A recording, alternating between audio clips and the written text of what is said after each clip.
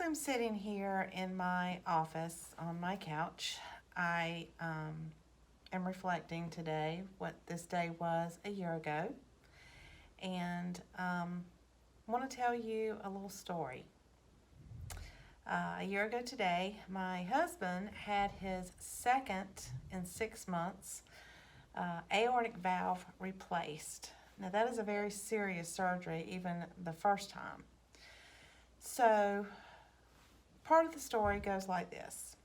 He goes to the heart doctor in July, and they find that he needs to have this aortic valve replaced. So he goes September 25th of 2018 and has the surgery done. It is a long surgery, like 7 hours. So he has this long surgery, and his family waits. We all wait in the waiting room, waiting to see him and waiting for him to come out and all that kind of stuff. And he seems to pull through the surgery pretty well. He stays in ICU, I want to say 2 days, not even 2 days, which is crazy to me. And then they take him to the regular floor, just the regular heart ward. And he stays there for like 4 or 5 days. And after the surgery, the first time, he is just swelling, like holding fluid, and they just cannot get the fluid off of him, and it is just swelling him up, and he's not a big man anyway, so all this swelling is just noticeable. And so he gets to a point where they think that he is ready to go home, and he was not. He was not ready to go home, and I couldn't even button his pants to get his pants on to get him out of the hospital. We had to put something around his waist to hold his pants up, that kind of thing, like a jacket. He was swelling so bad, and putting his shoes on was not happening, so he had slip-ons. So I am not a doctor, but that was just, something was not right. So we go home. They, have weekly appointments that we have to go to, and we go to those weekly appointments, and he is just still having trouble. He is swelling so bad on his legs that water is coming out of his skin. So skin is breaking down, and it is just looking really bad. And each week I'm asking and asking, and he's asking, why can't we get this fluid off of me? Why can't we get this fluid off of me? And they just want to pump him full of Lasix. Let me give you some background. My husband is an extreme diabetic, and one of my concerns / fears is, his kidneys, and not, and not having to go on dialysis, and protecting his legs and protecting his feet. So pumping him full of Lasix is just kind of scaring me because of all the stuff that his kidneys are having to process and pull out all that water. So they are just pumping him full of Lasix, and it's still not working. So I'm just very concerned about that. And as I'm expressing this concern to the doctor, and then he turns us over to his PA, they are just not listening. They're not listening really well. And so his legs start breaking down to the point where I request wound care. So we go to a prominent hospital in our area, Duke, and they take us to wound care, and we just start having his legs treated, his feet treated, and all that kind of stuff. And they are treating his wounds, treating his wounds. And then all of a sudden, so that was September. On November the 11th, he starts having episodes of where he is just blacking out and just falling out on the floor. It looks and mimics a stroke. But so he is rushed to the hospital after he falls out in the floor, dents a stainless steel refrigerator with his head. Of course, it cracks it open. So he is rushed to the hospital, and he now has to have a pacemaker put in because his heart is stopping. His whole body was just shutting down. That's what I was now. This is now what I know was happening. Looked like a stroke to me, but his body was shutting down. Heart was stopping. So they immediately done a pacemaker. That was November the 11th. So we go home. They are sending nurse care to our house once a week so that they can care for Ken's wound care, and wrapping his wounds and taking care of all that. He is still just having fluid come out of him. Well, things were still just not right. So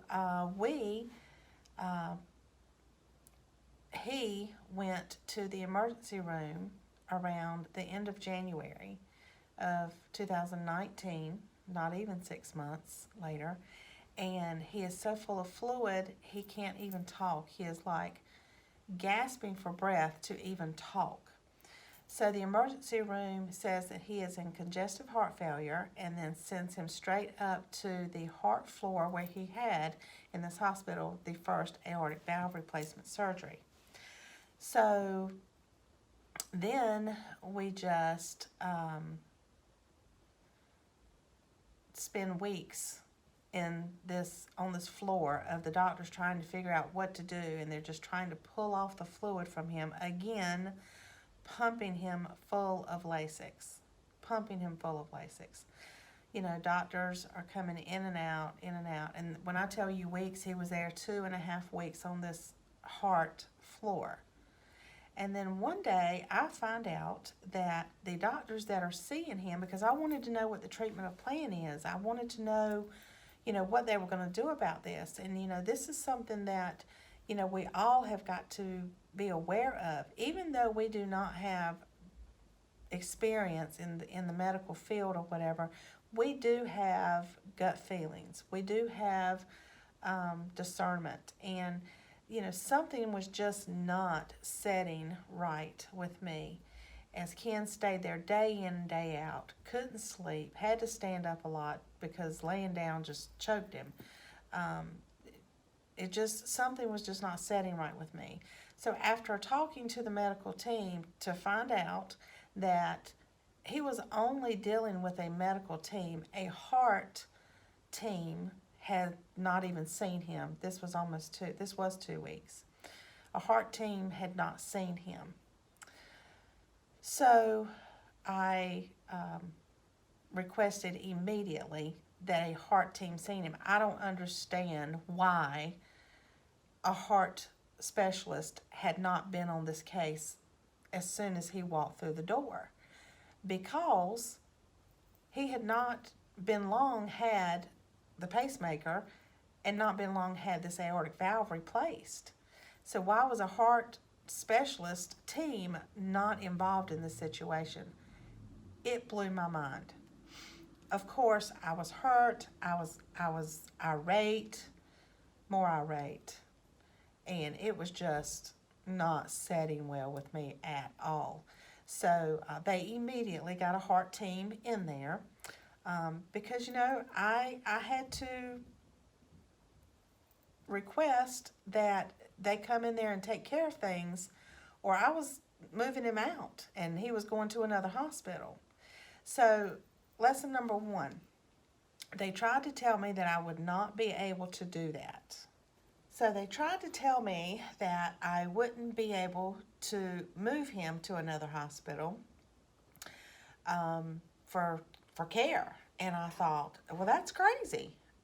I mean, that's absolutely crazy. So yes, you can. And so I gave them a deadline by noon of that day, if they did not have me a better answer than what they had been giving me, that I most certainly was going to put him in a wheelchair and take him to another hospital. So lesson number 2, push, push, push. We have the right as a patient, we have the right as advocates for our loved ones to push. I don't know what broke down in that hospital at that point in time, but certainly a heart team should have been on the case as soon as this man walked through the door. Um, Ironic little story was, as my husband was walking the halls, because they wanted him to walk, that was part of getting this fluid off of him, he walks past his surgeon a couple of times. And the surgeon speaks to him as if, to say, "Oh, you look familiar." I have a problem with that. I had a problem then and I have a problem now with that. If he's seen this man walking around the halls, why didn't he inquire about, why is he here? Why is he, this was not a medical floor, this was the heart floor. Why is he here? So until I really had several conversations with people, they brought this heart team in and they did all these scans and all this stuff started happening. Long story short, to find out that the aortic valve replacement that had been done in September did not take. So I don't know if it didn't take, Ken's body rejected it. I'm not real sure what happened, but it was not working. I'm here to tell you that I'm not real sure that it was working before we even left the hospital, because we had complications from day one. So they call over to Duke and get a surgeon over there to take care of doing this aortic valve replacement again. So didn't realize this, but there are two differences in an aortic valve replacement. You can have a mechanical valve and you can have a pig valve. So the first go round, Ken had the pig valve done in. And when you do that, you don't have to get your coumadin levels checked every week, and it's less maintenance, so to speak. Well, Ken's body didn't handle that well, so we had to go with the mechanical valve the second time, which he still, to this day, a year later, goes and gets his coumadin levels checked. And what is that? That is just your blood thinning levels, because you don't want him to be too thin, because he could, really, really bleed out. We have to be careful when he falls and things like that. So the day he moves from the previous hospital over to Duke, they emergency, it's just a huge emergency, that they get him moved over and get this taken care of immediately. So me and the kids were at the previous hospital as they were transporting him over to Duke, and we met him over at Duke. And when we get to Duke, they put him in the ICU immediately, and tell us, the family, that they are going to go ahead and intubate him in case they need to do an emergency through the night of this aortic valve replacement. So I was already feeling some kind of way already. But when we get there and they tell us that, at this point, I am just scared to death. They want to go ahead and intubate him at this point. This is 9 o'clock at night. And just in case, because the surgery was the next morning at 7 or 8 o'clock, something like that. But they wanted to go ahead and intubate him and get him ready for this surgery that they were going to do, but wanted to make sure that everything was lined up just in case. So me and the kids, loved him and whatever. So that was a tough night for me. Real tough night for me, because I didn't want to leave, the hospital, just in case, something went on or whatever. But my son made me leave. He, just told me that, tomorrow's going to be a long day. You got to go get some rest. Let's just go home. We'll be back here first thing in the morning. And so we did. We went home and rested, and was back up 6 o'clock in the morning. Surgery was later. And that surgery too was long. It was going to be so long. But the surgeon came out to us, the family, and talked to us before he did the surgery, which I am very thankful for. But he was giving us all the things that, could happen, might happen, all the stuff they have to tell you. Well, this doctor, wonderful surgeon, had no bedside manner, scared me to absolute death, didn't sugarcoat anything. He's like, I'm not real sure that he'll make it through this surgery. If he does, it is very possible he will be on dialysis, and gloom and doom, gloom and doom, gloom and doom. I mean, scared the pure life out of me. And at that point, Ken is intubated. He's out. So the surgery starts. And that was the longest day of my life. Longest day of my life. Lesson number 3. Have your faith and your prayer in check, because I know for a fact I have never prayed so hard in my life. I prayed from the time that we left the surgeon to the time that, he came back and told us that Ken had made it through it. Everything was looking good. The next 24 to 48 hours was critical. And, everything looked good. So I could breathe then. But I'm going to tell you, that was the longest day of my life. I literally prayed all day long. I could not talk. I could not talk to my children. I could not talk to my family. I just could not talk because, just streams of tears just coming down my face. And it was just a tough, tough day. And I was just praying that Ken's body could just make it through this surgery. It was tough. So, they're cracking your chest open. He had made it through the first one, and his poor body had just been through so much that I was just praying that his body was going to be able to, go through this. It was just a tough, tough day. So he makes it through the surgery. He is in the ICU for, I want to say 4, possibly 5 days, something like that. And then they did a phenomenal job of after surgery care. They did I can't even tell you how phenomenal they did. So if you have got to have heart surgery, Duke is the place to be, hands down. After the surgery and after he comes out of ICU, he goes down to the step-down floor, which is the general floor, a couple of days. And then he comes home, and then nurses come in, for a good 2 or 3 months. Weekly, checking on him, checking on his swelling, checking, blood pressure, just checking on him, all that stuff, and then PT starts to happen. So, these life events are going to happen. They, nobody is immune to them, but I just wanted to let you guys know, just trust your gut. Always trust your gut. If your gut and your discernment is telling you something's not right, look into it, check it out. Because, had we not, I think I'd be telling you a different story today. I really, really think I'd be telling you a different story today. And as tough as that story was to tell, I am glad to say that, it has been a year today.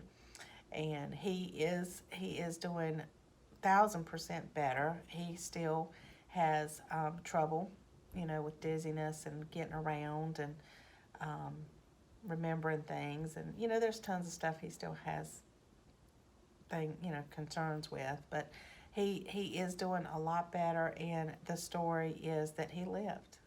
And he made it through that surgery, and he is here for his children, and he is here for his grandbabies, and soon to be 3 grandbabies that he is looking forward to, and he's here for me. So the story ends like that for today, but I just wanted to let you guys know, trust your gut. Trust your gut. If it says something's not right, you question it. Just because people have a PhD behind their name does not mean that they know everything. It doesn't mean that, they're not going to care for our family the way that we would care for them, right? So always be a great advocate for your family. So if you found value in this video, sharing, caring is sharing. So share this video to your friends and family so that everybody knows to just trust their gut. Have a great day.